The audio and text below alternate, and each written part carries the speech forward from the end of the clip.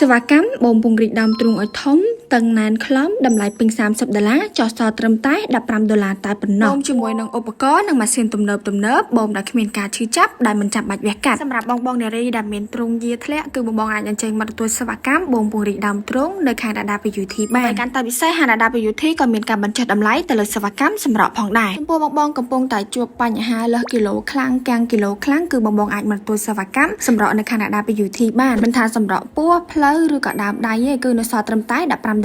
ណ្ណោះហើយខាងយើងក៏មានសេវាកម្មអ៊ុតបំបត្តិសង្វារផងដែរមិនថាពោះដៃជើងឬក៏កំភួនជើងឯងតម្លៃពេញ$30ចុះសល់ត្រឹមតែ$15ហើយក៏មានហ្វ្រីកាត់ប្រជ្រៃអាចរុយសាច់ដុះគ្រប់ប្រភេទមិនថានៅលើមុខឬក៏នៅលើដងខ្លួនដែលអាចគិតថ្លៃគឺគិតតែថ្លៃលើបំបត្តិស្នាមតែប៉ុណ្ណោះកាត់ដោយគ្មានការឈឺចាប់កាត់ដោយសុវត្ថិភាព100%ចំពោះសេវាកម្មបាញ់ High Full វិញក៏យើងមានការបញ្ចុះតម្លៃជូនជាពិសេសទៅដល់បងប្អូនទាំងអស់គ្នាដែរគឺតម្លៃនៅសល់ត្រឹមតែ$40នៅក្នុងមួយកន្លែងតែប៉ុណ្ណោះថាបងចង់បាញ់មុខវីឬក៏ចង់បាញ់សម្រក់បឿកសម្រក់ក្បាលពោះឬក៏ដើមដៃឬក៏កំភួនជើងគឺតម្លៃនៅសល់ត្រឹមតែ$40តែប៉ុណ្ណោះសម្រាប់ព័ត៌មានបន្ថែមបងអាចមកដល់ទីតាំងផ្ទាល់ឬក៏អាចឆាតចូល Page និងតាក់ទងតាមលេខ Telegram ខាងលើនេះបានណា